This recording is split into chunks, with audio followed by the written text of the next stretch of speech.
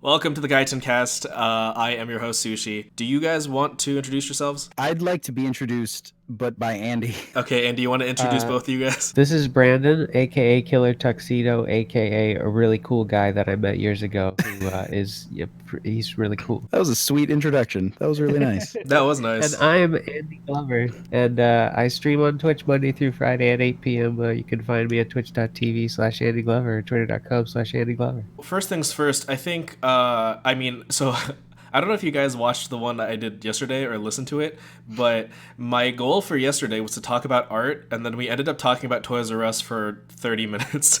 So this is this So we're going to talk format. about Toys R Us today? No, that was last time. This is more of a flow of consciousness kind of thing. I'm not super strict on the topics, but my overall goal with this show is to talk about creative endeavors, which was why I reached out to you guys, especially one, Andy, because you are a streamer and a musician, and then Brandon, who is a musician and also an artist, much like myself, and that is kind of like the bridge between kind of me and Andy, like, because I don't know what being a musician is like, but like I feel like Brandon has his foot in both of those realms of like doing some cartoon art and making music.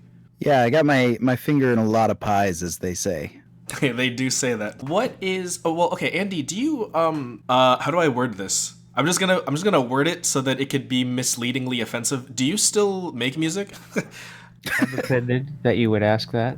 I mean, I still like my identity as like a musician, but right now I'm like wholeheartedly pursuing streaming. So music is totally like 100% on the back burner at the moment. Okay, that's what I thought. I was just asking because I haven't seen you post about music in a while, but I know you've been like hardcore streaming. Yeah, I was super hardcore for music for like the first well, at the beginning of the year, I started doing like Instagram stuff hardcore, and then I did like music hardcore, and now I'm doing streaming hardcore. But I feel like the streaming hardcore is like the hardcorest hardcoreness that I've been up to this year so far. So hopefully, I can stick with it over the long term. That's kind of my goal. Okay, what made you want to stream? What made you want to start streaming then? Well, I mean, I've always like sort of been into video games. They've been a huge part of my life. But I've also like been into like social media and stuff, and I sort of got a taste of like what that was like to navigate that world with music.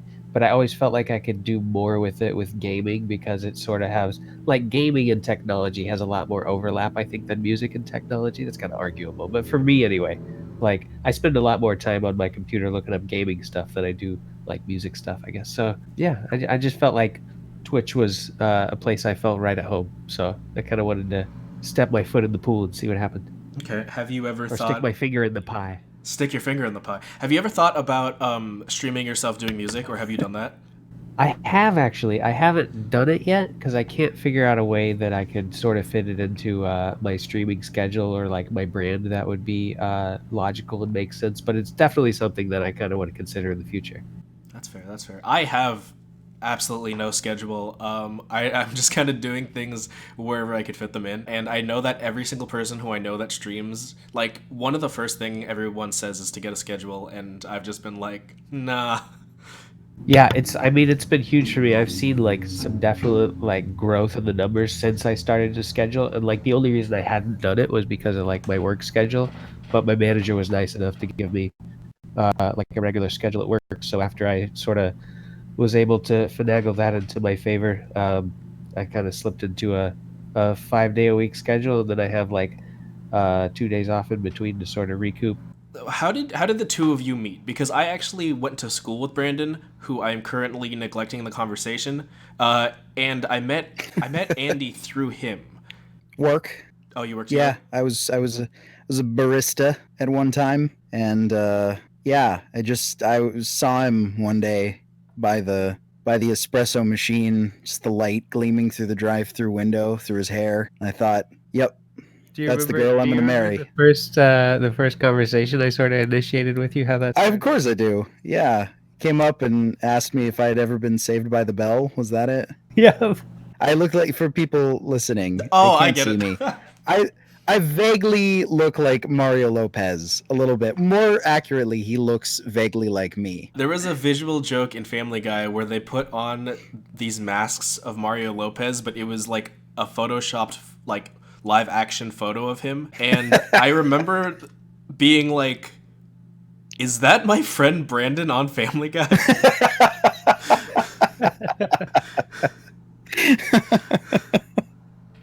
That's awesome. What's being a musician like, and why did you guys get into it? And how teach this visual artist how making ear art works? Do you wanna start, Andy, or do you want me to? I feel like I've dominated the conversation so far, and I feel like you have more to say on the like what is making music like, because you've made more music than me. I don't I think know, all man. three of Like us the should just production talk of it. over each other the whole time. The View style. Dibs on Barbara Walters. So I guess, yeah. I mean, I don't know. Music's weird, man. It's something that, like, I think that I was kind of pulled in initially by sort of the romance of, like, the idea of being a musician, and I loved the world of music and I loved musicians, and it was really cool in that aspect, like getting to, like, pretty much, I mean, most of my friends are musicians. And it's because of all the time I spent, playing music and making music with people and putting myself out there as a musician. And that's really cool. But it kind of gets to a point where it's really hard. It's really hard to make a living at it. And it's really hard to make that your job. And I tried that in a lot of ways. I mean, we spent I've gigged a lot with Andy, and we spent a solid 3 years, I think, gigging like at least once a month for the most part. And sometimes A lot of empty rooms. a lot of empty rooms. Yeah, a lot of empty rooms, empty seats, and playing a lot. And it was, it was fun. It was fun. It was a really good time, but it got draining playing to empty rooms over and over and over and playing the same venues over and over and over and just not making any progress and not being able to bring people out consistently, and realizing how much of music performance is business. It's not just showing up somewhere with a guitar, and everybody goes, wow, like, cool. I mean, it's marketing. It's a business, and if you want to make money at it, you've got to see it that way.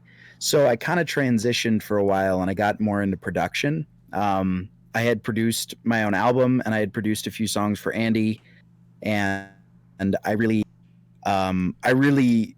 that's where I felt like my strong point was as a musician, was in arranging songs and basically taking the skeleton of a song that already existed and fleshing it out. And that's like I kind of found a lot of joy there. That was so much fun working on that EP. It was fun. It was really fun, and that's when I felt the most alive as a musician. I think is not just on stage, but like mostly just yeah, just arranging and experimenting and sitting. Andy knows. I mean, sitting there and playing like a few seconds of a clip of a song on a loop and just trying different stuff over and over and seeing what sounds cool, and playing with sounds and effects and trying to find things that complemented, and making decisions like, what are we going to cut? What is this too much? Does this, do we need to cut this out? I mean, I like it, I'm attached to it, but do we have to, is it taking away from the experience? And it's fun. It's like, kind of puzzle like. But then I don't know. Again, you just get to this point where it's great, and then I decided, okay, well, I'm gonna put myself out there online. I'm gonna make it known that I'm a producer of music too,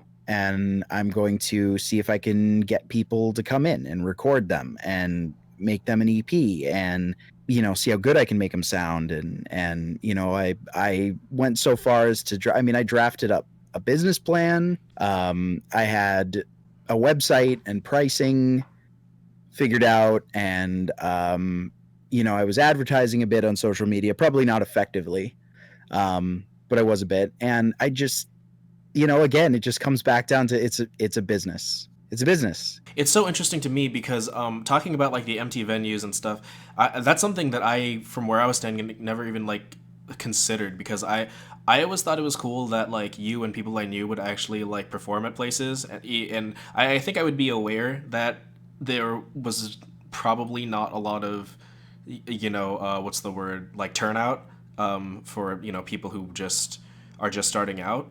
But I didn't think about Yeah. how much that probably would have affected it, and how much it's a lot of it is probably, if you want to be successful and make money, a lot of it is probably networking, right? Networking is huge. Yeah, Yeah. Andy can talk more about that. I mean, he's the networker. He really knows that, he knows that game inside and out. He's great at that. And I'm good with people, but I'm not much of a networker. You are better with people than I am. I You don't know about that. you got a silver tongue, my dude. But I think we made a lot of mistakes when we were doing the music game. Like we didn't Mhm. collaborate enough. It was always just like me and Brandon and maybe like a couple other people trying to play shows. We Yeah. didn't like reach out to other artists enough and sort of try and put together unique bills, Yeah. and sort of like overlap people's audiences. Because honestly, I think most of my friends in the town where I live were just tired of coming out to see me because I had already like I played like every single month for the last like 2 years. So they're like, Mm. we've heard your 8 songs that you play over and over again. We're kind of good. We'll just tune into the YouTube videos. Yeah, agreed. Yeah, I definitely think mistakes were made. But I mean, how do you know? You know what I mean? When you're If I could go back and do it again, I would do it all differently, I think. sure. But I mean, you yeah, just hindsight's 2020 for sure. yeah, you have to go through the process of doing it wrong in order to know that you were even doing it wrong. Like, For sure. Yeah. Failure is important. Failure. And that's the thing, man. Really fail fast and fail hard. You know what I mean?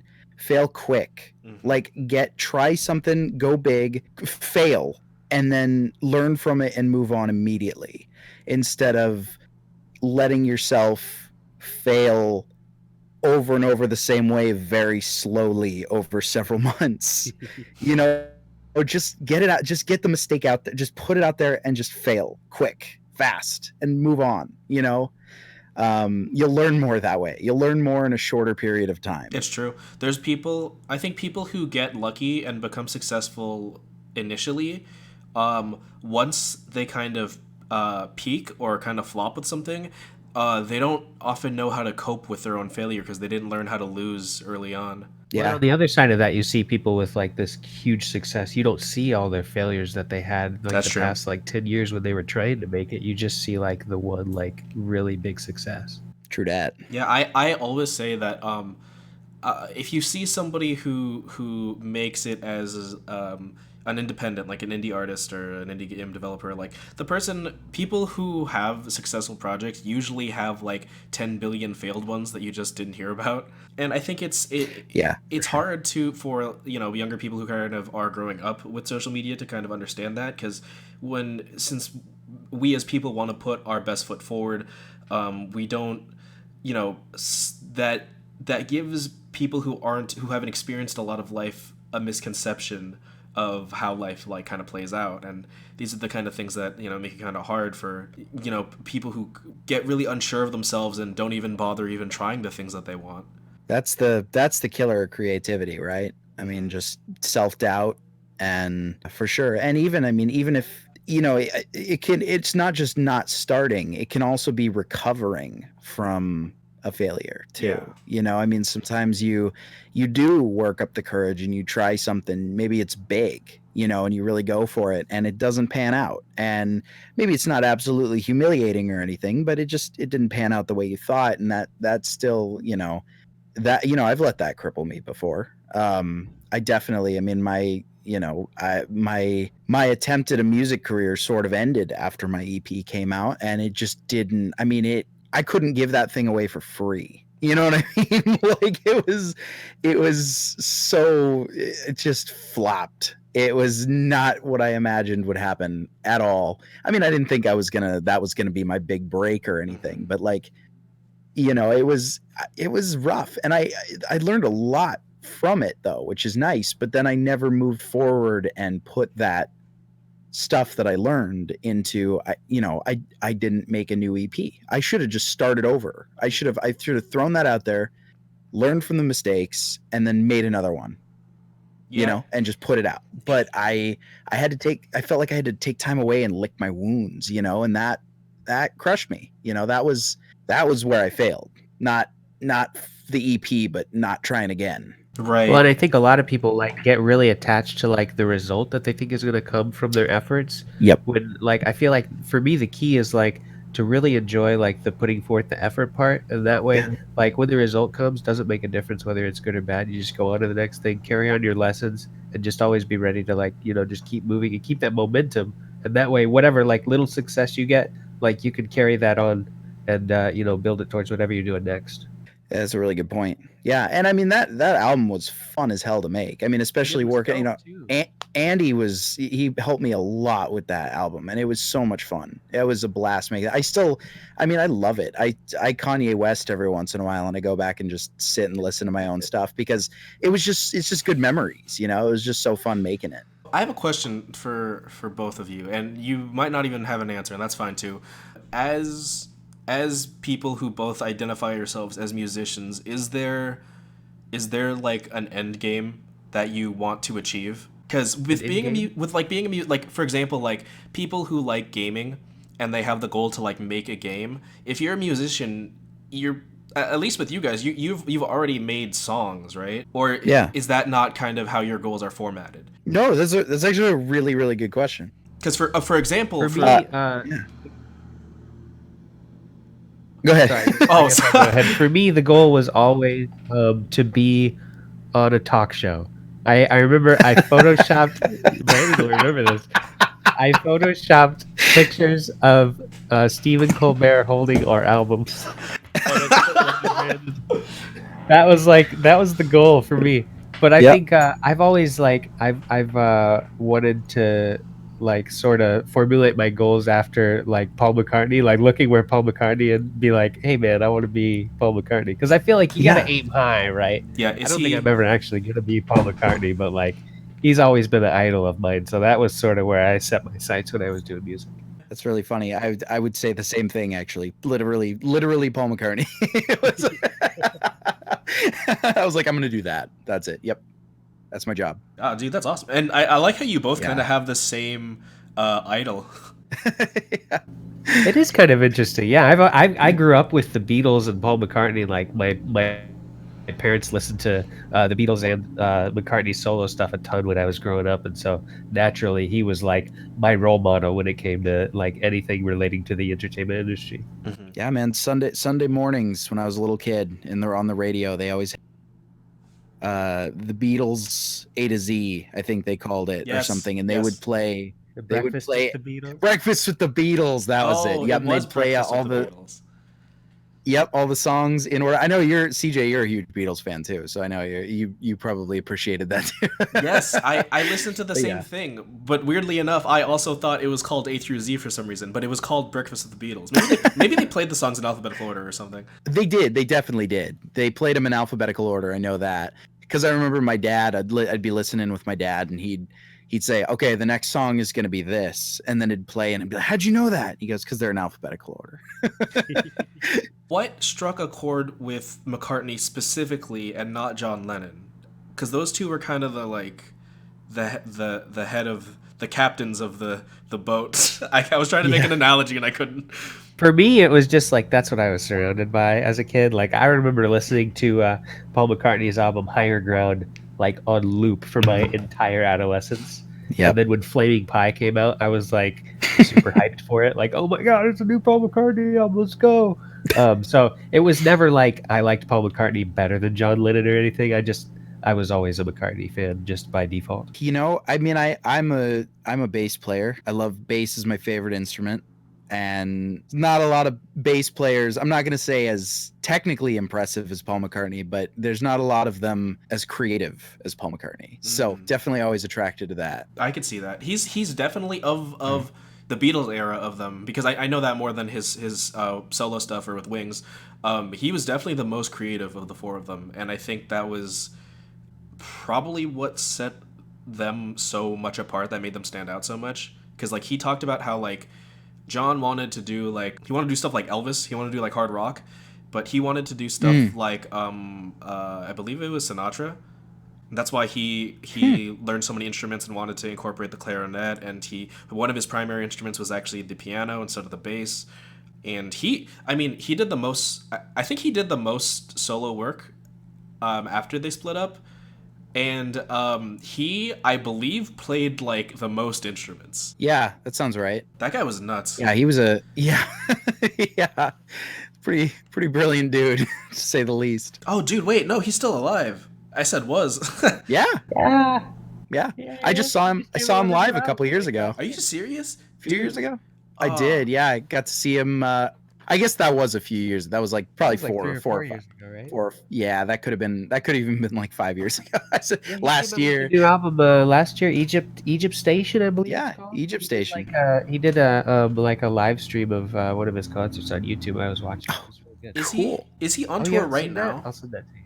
He's always on tour. He's Paul McCartney, man. I saw a thing yesterday, some sort of news thing that happened like 20 hours before I saw it. He was like doing a concert, and Ringo was there for some reason, and he just brought him up stage with him. I saw that on his Instagram, I think. Yeah, so like that was like 2 days ago, right? That was recently. Yeah, for sure. He's always at it, man. How old is that guy now? I don't He's know. got to be pushing 90. I was right? about to ask that. I'm gonna look it up real quick. Now I'm gonna ask Siri. Give me one Yeah, second. because he. How old is Paul McCartney? He's on tour right now. Oh, she didn't hear me. Now I have to type it. God damn it. We didn't get an answer. He's got to be. I mean, that really blew me away. Is that just like how crazy? Like he's up there in age, and he still. I mean, he put on a better show than a lot of like younger artists. I've He's seen. 77. You know, 77 years old. Yeah. Oh, okay. I said pushing 90. Sorry, Paul. Paul, if you're listening, I'm sorry about my friend Brandon. Oh Sorry. no! Oh guys, he's in the chat and he's really upset. Oh shit. Paul is pissed. Oh no! Don't look a day over 75. That's true. That's true. And that's Oh, nuts man. because I know because Ringo is significantly older than him because Ringo's way older than the other three Beatles. Is he? Yeah, when they first got Wow. him, he had like a huge mustache, and they had him shaved to look like the rest of them and get the bowl cut, because they had a drummer before him, Pete Best, and Ringo was in another band. That's awesome. And he was, I forget, I don't remember, but I know he was like way older than them. Didn't Pete Best? I might be. I don't remember if this is a joke I heard or if like this actually happened. But for some reason, I have a memory that after Pete Best left the Beatles, at some point he released an album called Best of the Beatles. I feel like that's true. I've heard about that. Are you Yeah. serious? That's, dude, Yeah. Something like that. it works on so many Wow. levels. It's hysterical, actually. Have you guys ever seen? I think the movie is called The Rockstar or something like that. Oh, with I think it's I don't remember anything about it. I don't even remember. I think it was with Rainn Wilson. I think. yeah, and Teddy Geiger and Emma Stone. Yeah, Josh Gad, I think, was in that. I love that movie. I don't know who Teddy Geiger is, but do you remember Pete Best's cameo in that? No, Okay, so he was in that. Have I never Yeah. heard of this movie? okay, so the main character, I think it's the main character. I literally remember nothing about this movie except for this one moment. One of the characters gets kicked out of the band, and he's like sulking, and he sits down on like a bench, and the guy who's already on the bench next to him, he's like, "Oh, don't worry. I was part of a band that was supposed to make it big too, and I'm okay." And then he was like, "Oh, I like your accent. Oh, no. Where are you from?" And he goes, "Liverpool." And it was Pete Best. That's so Oh, it was funny. really him? Oh wow. Oh my gosh, I don't remember that. That's awesome. Yeah, dude. That's like one of my favorite cameos of all time. I love it That's so good. much that I remember 0% of the rest of the movie. It's a good movie. It's fun. I should check that out. The Rocker is what it's called. It's Rainn Wilson. Thank Oh, you. yeah. Okay. I remember seeing trailers for that. I just Yeah. never saw it. Okay. Yeah, it's a good flick. Are either of you? Well, I think this is a little more towards Brandon because I kind of know what Andy's got going on right now. Do you have any projects you're working on right now? Yeah. I mean, I'm doing a YouTube thing that I'm working on, and it's not particularly creative. It's not usually in my usual sort of what I'd be doing. I'm actually making a YouTube series on introducing cybersecurity concepts, but for just sort of average people, just people that wouldn't, think to do these things, but basically just spreading awareness of digital privacy online and that kind of thing. I'm very excited about this.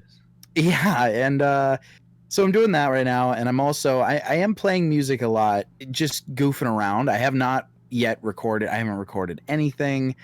But I've been kind of toying with throwing out some just some covers, just throwing them up online. Not for any particular reason other than just to kind of, get back into it and have fun with it. And no, but I did some master classes on writing a while ago. And I've been studying writing a bit, and I really would love to do something with animation or writing. Yeah. Soon. I just have been like dying to, or acting in some way, whether voice acting or in front of a camera. Just I just have had I've had this just urge to do creative things for a while, and I haven't really acted on it. I've still been kind of just I haven't had anything significant going on, but man, Oh, dude, I would love feel to get that. back out. I feel that because I have that itch constantly. Did I ever tell? I don't think I told you, which is funny that I'd never told you of all people. About a year ago, when I was trying to go back to school, I was gonna get into cybersecurity. No, you never told me that. So somebody Shit, did we talk about this? Maybe. Well, so what happened was somebody that I was talking to who was kind of helping me kind of get everything like my life at the time back together, because I really wanted to go back to school, which ultimately didn't end up happening. But she was also in cybersecurity, and it is in I don't know what her job is right now, but it's in that field. And she told me all this information about like this would be the time to get into that field, and this is how much because it's a growing field, and the potential in how stable you could be with it as a career. And I loved the idea of it, and I remember making a plan to go back to a community college. I think it was community college. It might be a normal one by now. And I remember telling somebody else about it, and I told them that I was going to go into cybersecurity, keep my art on the side because I'm never going to let that go. And they were like, "Oh, have you been talking to Brandon?" And I was like, "Oh shoot, no, I haven't talked to Brandon in like at that time I hadn't spoken to you in like a year." And I was like, "Wait a second, yeah, he's the only other person I know who likes cybersecurity. Why have I not told him this?" And there's a good chance I never even told you to this day until right now. God, I remember something talking to you about something. I thought it was just IT related or something, but yeah, I didn't know you were trying to get into cyber. I did. I mean, I worked as a pen tester for a while, for like a solid year, and it didn't end up working out for reasons, but it was a really, really great job, and I'd love to do more security work in the future, but it is demanding. I mean, it is hard to be creative. Or maybe, I mean, granted, I worked for a startup. I didn't work for a massive, well-established company. I worked for a company that was just they were pen testing consultants. So we just like Fortune 1000 companies and nonprofits would hire us to just show up and break everything, and then leave them a report of how we did it. And it was really fun, but it was just being such a small company. I mean, everybody had so much responsibility, and so everybody worked long hours, and it was really hard I didn't play any music like that whole year. I don't think I touched my guitar that I was working there. I mean, I just didn't. I wasn't creative at all. I wasn't doing anything creative. I wasn't drawing. Everything was Stopped just playing Rocket League. I did. I stopped. I was not playing as much video games. I mean, it was that job. And as fun as it was not a good work-life balance. I really enjoyed the work, but it's tough. It's tough. So I would definitely recommend, if you're looking into it, look into a big company. Look, go work at Microsoft or something where you'll have regular hours, and you just work your 40 hours and do your thing, and then go home and do whatever you want. Andy, do you think your information is secure on the internet? Definitely not as secure as it should be or could be. Definitely not as secure as Brandon's. Dude, you're always telling me things that terrify me. Dude, Brandon, like I don't use Snapchat anymore after the things you've told me. Like there's a lot of things that make me nervous, but also like I'm not a big enough target that I feel at risk. Dude, Brandon, once I'm like at Ninja's level, then I'll start worrying about it. Brandon is so secure he got kicked out of his own Instagram. I did. I had to make a new Instagram because they wouldn't let me on because I was suspicious because of all my private. I'll run you through this real quick. I will make this brief. So on my phone, I have a basically a second profile on my phone that is sandboxed off from my main profile. So that profile, all the apps installed there cannot reach my contacts, my calendar, photos, nothing. So anything installed, any apps in that other profile are totally sandboxed off from all my sensitive stuff. So then from there, I have another app installed that basically has granular permission control. So it's basically like taking away abilities. Like it can't use, I'm making it so that if it tries to use my camera without my permission, it just shuts down. If it tries to use my microphone, it just shuts down. If it tries to use any of the tracking features or access anything I don't want it to, it just stops it. It just kills the process before it even can. So I have that set up, and then I usually have like a VPN running or something. So between all of that, Instagram was just, I don't know, it didn't like it. It didn't like being It wants to listen to limited. your conversation so it can show you relevant ads. Yeah, it didn't like it, and it kicked me out. I now actually have it working again, and it's in that system. So I in fact I can tell you, sometimes I'll take a look at that app that stops the permissions, and it'll tell me, it'll say Instagram tried to use microphone July 3rd at 3 p.m. or 3 a.m. or whatever. Like it'll like tell me like when it last tried to access it, and it blocked it, and it's pretty creepy, man. Dude. Like Netflix tries to use my microphone regularly. Why Netflix? Oh, so it can know what you want to watch? I don't know. I guess. I don't know. Yeah, it's probably marketing data and stuff that they gather. But like Netflix doesn't have a feature that uses your microphone. Yeah. So that's totally like what? Why? Why do they need that? Well, voice search. Yeah. Oh, do they have voice search? I mean, that's going to be a thing everywhere before too long. Interesting. I wonder if they do have it already. I haven't checked that. That would make a lot of sense. It wouldn't surprise me. Because they have like integration with like Amazon Home and Apple. Oh, interesting. Maybe that's why then. Yeah, because I was. That's sometimes when I'm about to search something and I'm talking about it, it hears me, so it like autofills it for me, and it scares the crap out of me. Because I'll be like. It's really weird, right? Yeah, I'll be like, I don't know how to spell this thing, but I'll be talking about it out loud, and then it'll just already know that I'm about to type it in, and I'm like, stop it, future, I don't like this. I'm still freaked out when I see an ad for something on Facebook when I was looking at the page on Amazon like 10 minutes ago. Dude, I hate not even that. like out of the ordinary anymore. I know that's normal. But I don't like it because like I'll look up something once on one platform, and then suddenly everything I use has ads for that for like 2 months. Hey, you want to buy this?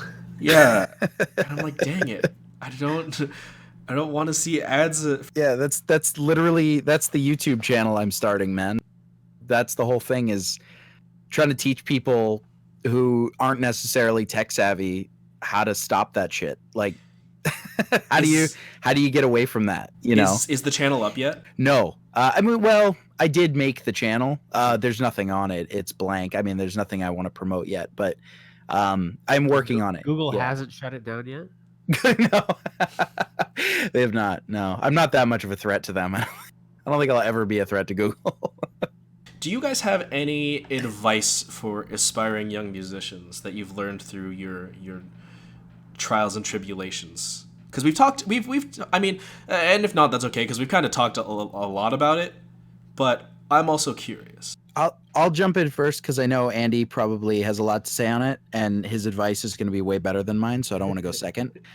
But I will I will say that just do it because you love it. Honestly, don't. I'm not trying to discourage anyone. I'm not trying to say don't follow your dreams or get a day job. Like, if you need to go for it, go for it. If you feel like a need where you gotta try to make it your life's work and you have to quit your day job and put everything into it, go for it. go do what you have to do, because like you don't want to wonder what if one day. Like, go take the shot, do your thing. But I will say though, don't make music for money. Don't make music with the intent of it being financially profitable, because for the vast majority of people, it's not going to be. And even if it is going to be for you, it's not going to be for a long time. It takes a lot of work and a lot of time.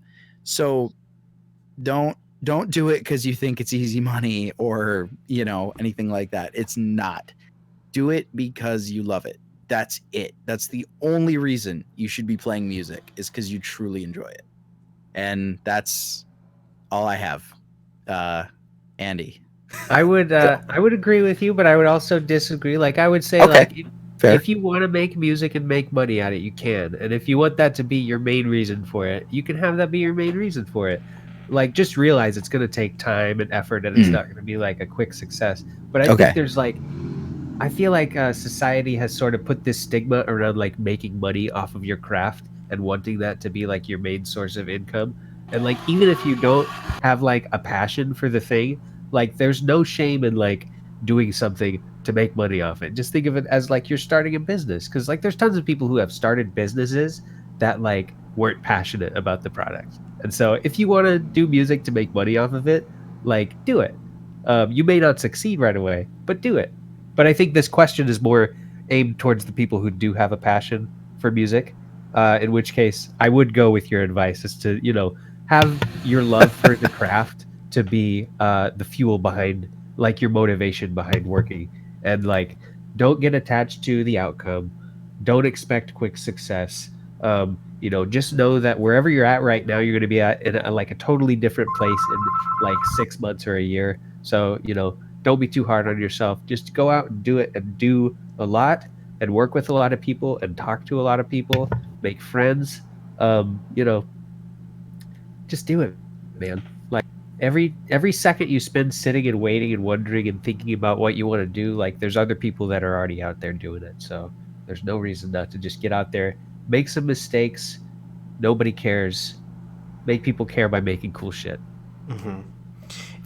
Yeah, agreed. I think something that is also important to take into account on in that realm of thought is, I think a lot of people who kind of want to make money off their craft and kind of kind of make a living off of what they make, because there's one line of thought. There's a type of person who believes that you should never make your hobby your work. That's one type of intelligence, and then there's another type that has to know that your job is never going to fully fulfill everything that you need from yourself in your life. So even if you are a musician and you love music and you end up making music your career, there's still going to be an element of fulfillment that it can't give you. And I think that probably affects a lot of people. Yeah, I mean, you have to kind of know yourself, right? Mm-hmm. And sort of like, some people can make one thing be like their whole life and their whole thing, 16 hours a day, let's just do this, Other people, they need that balance. I would say, do what you can and what you want to, and like sort of set goals for yourself and limits if you need them. But like, I mean, it's going to be different for every person. Like, Mm-hmm. some people can do all like their creative endeavor all day and then just own a fish and feed their fish every night, and that's all the balance they need. Other people, they can do it for 4 to 6 hours a day, and then they need to go home and play Minecraft. So it's gonna be different for everybody, I think. Yeah, Mm-hmm. agreed. Yeah, I mean, honestly, yeah, balance is so important. Like, give yourself breaks if you need it too. If you need to, I mean, obviously it's different. Like, if it's your actual livelihood, like if that's your job, then whatever. Sometimes you gotta grind through it. But if you're Like, doing music, don't run yourself into the ground. right? Burnout is real. Mm-hmm. Well, I Burnout mean, is totally real. It can be. So just listen to yourself. Listen to what you don't ignore your needs. you know? Like, Listen to I wouldn't say yeah. don't put all your eggs in one basket, but if you do, just understand like what you're doing. Yeah, you Like need you're to know putting the all your risk eggs in the you're putting basket, and yourself if you in. drop the basket, all those eggs are gonna break, right? So Yeah. if you're all in, you're all in. Dude, is that what that metaphor means? Yeah, I think so. If That you you drop might the drop basket, all it? the eggs break. Dude, I never understood what it Oh, meant, like in my entire life. Oh my god. Yeah, that blew my mind a little bit. I I didn't think about know. it that way. You're welcome. I The name of the YouTube re-upload of this episode is going to be called Eggs in a Basket. Eggs in a basket. I like it a lot. Andy, how about you? oh, wait, what? Go ahead. Sorry. No, ask me because I've been asking all the questions so far. Yeah, no, I was just gonna say, how about what do you have been asking. I mean, what do you we've been talking a lot about music, but I love to draw. I love cartooning. I love animating. It's awesome. I don't do it nearly as much as I want to, but I love it. And so you are more all in on that than I am. So I'm curious, how do these things that we've been talking about, do you find that they apply to that medium as well, or do you think that 100% actually. I think because a Yeah. lot of it has to do with being your own boss, because no one is going to be accountable for what you make other than yourself because you're the one doing it. And it's for a long time I had this mindset that like I would be, if I wasn't working on my art, then I was just wasting time, because if I was doing anything else, I could be more productive by working on art. And I had this whole mentality of how to utilize my time and productivity and all this stuff. And I think I lost track of the fact that allowing yourself to take a step back and rest is also important. Depending on the state of your being, sometimes it's more important. The only other thing for, if I were to give like advice for somebody who is like wanted to get into cartooning or trying to sell their art, which is something that I've dabbled in a little bit, and one of my main short-term goals is to sell my art at conventions, at which I'm going to focus really hard on this next year. One of the biggest things is to take inspiration from who you look up to, but don't compare yourself in a way that, how do I word this? Because how we're our own worst critic, and it gets really hard with art if you're not good right away. Which I was never really at the skill level I wanted to be with or be at for most of my time drawing, and I didn't really fully realize a style until really recently. And it's really hard to, like, in the position, if you follow a lot of other artists and go to anime conventions and see the artist alley and how good other people's art is, it's really easy to compare yourself to them and kind of focus on how bad you are. And I think a mindset that people need to take is more so to start focusing on what's right with what you're doing and how to improve yourself, and not view yourself as something that's bad, not to undersell yourself, because that's detrimental. That's not productive. That doesn't help anybody. You won't get better that way, and then you'll also be sad. So it's like, Do you remember, I think I sent this to you, Brandon, I can't remember who it was, but there's like this little excerpt from this talk, and this guy is talking about there's always like this gap between like where you are and where you want to be. And so like the trick is to sort of learn to like live in that gap and continue to make effort, knowing that like retrospect is 2020. You'll be able to look back on it and see like how much progress you've made, but still like sort of aiming for like that ultimate goal of like what you want your art to be. Yeah, you did. I do remember this. Yeah, I forget who that. Gap. I can't remember what that guy's name was though. Yeah, it wasn't Ira Glass, right? I think I'm mixing. It was Ira Glass. Ira Glass. Okay. Yeah. Look up Ira Glass, The Gap. Like everybody who does creative work should listen to that. oh, is it a It's talk? inspiring as hell. It's just like a Sort of. 3 to 5 minute like sort of clip. Oh Yeah, it's just a little piece. Yeah, it's pretty interesting. He talks about how the struggle of being an artist, and how your taste is always going to be a little better than your level of skill. So you're gonna you kind of have this you'll be making things that should be better, or could be better, but you don't know how to achieve them yet. And it's interesting. It's really it's pretty cool. That goes back to what we were talking about earlier about like attaching yourself to like the process and not the outcome. I think that's super huge. Yeah. Yeah. I had Agreed. I once did community service for a retirement home for like a high school thing, and I remember helping out this it was a retirement home, so it was like this really elderly man, but he had a bunch of like paintings and pottery in his room, and he was an artist like his whole life, and I asked if he had any advice for me because at the time I was like 15 or something. And he was like, how did he word it? Because I thought it was so cool. He was like, it's never done. Like you can complete it, but it's never done. It was something like that. It was like really poetic.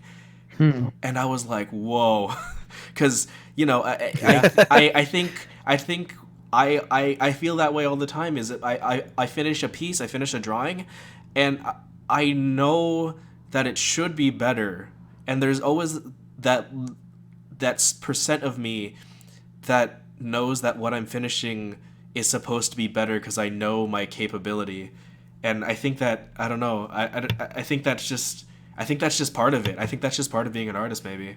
I think it was Jack Conte of Pomplamoose who said like I can't remember what it was, like some sort of stream or something, and he was talking about he always has like this ship it mentality. Like when he's working on something, he wants to get it to the point where he can ship it and then just be done with it. But I think Brandon has something to say about this from like a producer standpoint, because there's always like that last like 10 to 15% that you could do on the song to make it perfect, but that part always takes the longest. Mm-hmm. Yeah. I mean, yeah, you can spend hours just sitting and just wearing your ears out and just dialing things in, just EQing to a, down to a T and changing volumes and, just mixing everything to, into, oblivion, and by the, at a certain point, it's just, you're not even sure listening to is good anymore or not. You've just, your ears are just, they're so confused. You've just put them through so much. Yeah, I mean, you really can just get lost in that last little bit. And I mean, I know that's the same for drawing too. I mean, sometimes you finish, you can you sketch out a preliminary sketch, and that's whatever. It doesn't have to be good. It doesn't matter. You just sketch it out. You get a rough idea, and then you start inking, and then I will regularly screw up drawings because I do too much tweaking at the end. Like it was fine, but then I just can't leave it alone. It's like, you know what? It could use just a little highlight here, just a little one there. Oh, and I could put a little highlight here, and then I could put, and it's just, and then by the end, I've done too much. I can't take it back. One of my favorite drawings that I did on paper before I colored it, I just screwed it up like so much while I was coloring it. And I'm like, dang it, I can't undo how much I ruined this. Thank God for Photoshop and layers these days, right? I know, dude. That's honestly, that is 50% of the reason why I'm a digital artist. The other 50% is because I can't afford art supplies. I can, however, afford an Apple Pencil and an iPad, though. It adds up quick, right? Yeah. Yeah. Oh yeah, and Procreate. I need to get on that. I got to get in on that digital art train. I'm buying pens and pencils and wow, what an old paper. man. Paper. I know, God, dude, the paper is what what kills me. What is that? Well, do you remember when you were a kid? No. And sometimes people would hand you, like a sheet, and it had like words on it. What is it? You take a tree and you squash it. Dang, dude. Shavings of tree. The past was rough. I don't want to go back to that. Well, luckily we won't. But anyways, with that being said, we're actually at time, and is there any last words you both would like to say? Oh, well, I just want to thank you. Oh, that's good. Hey, that gives you a bunch of extra money in The Sims, right? It does, yeah. Sushi, I just want to thank you very much for having me on. This has been really fun, and I've wanted to get back into the podcast world for a while, and so it's been a pleasure. Yeah, no problem. Ditto. This was really fun. Excellent. Thank you guys. Thank you so much for joining. I initially planned for you guys to be the first episode, but because of rescheduling with both episodes, this ended up being the second.